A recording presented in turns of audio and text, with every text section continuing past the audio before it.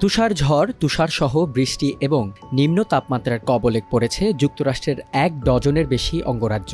৫ জানুয়ারি থেকে প্রতিকূল আবহাওয়ার সম্মুখীন কানসাস থেকে নিউ জার্সি পর্যন্ত বসবাসরত প্রায় ৬ কোটি মানুষ।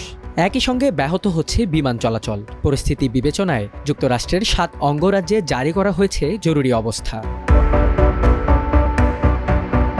মধ্য আটলান্টিকের দিকে এগোচ্ছে তুষারঝড়। ৬ জানুয়ারি ভারী তুষারপাতের পূর্বাভাস দেওয়া হয়েছে ওয়াশিংটনে। বিবিসির প্রতিবেদন থেকে জানা যায়, নিউ জার্সির গভর্নর ফিল মার্ফি অঙ্গরাজ্যটির কয়েকটি কাউন্টিতে জরুরি অবস্থা জারি করেছেন। এর আগে Kansas, Missouri, Kentucky, Virginia, West Virginia ও আরকানসাসে জরুরি অবস্থা জারি করা হয়েছে।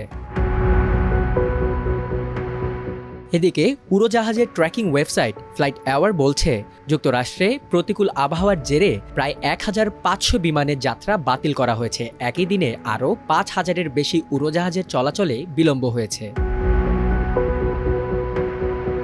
কানসাস ও মিজৌরির উত্তর পশ্চিমাঞ্চলের কিছু অংশের রাস্তাঘাট তুষারের চাদরে ঢাকা পড়েছে।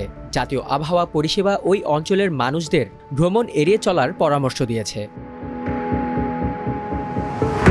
এদিকে দক্ষিণের ওহাই থেকে ওয়াশিংটন পর্যন্ত ১৫ থেকে ৩০ সেন্টিমিটার তুষারপাতের আশঙ্কা করা হচ্ছে। তুষারঝড়ের কারণে সিনসিনাটি, ওয়াশিংটন, ফিলাডেলফিয়ায় কয়েকশো বিদ্যালয় সাময়িকভাবে বন্ধ ঘোষণা করা হয়েছে।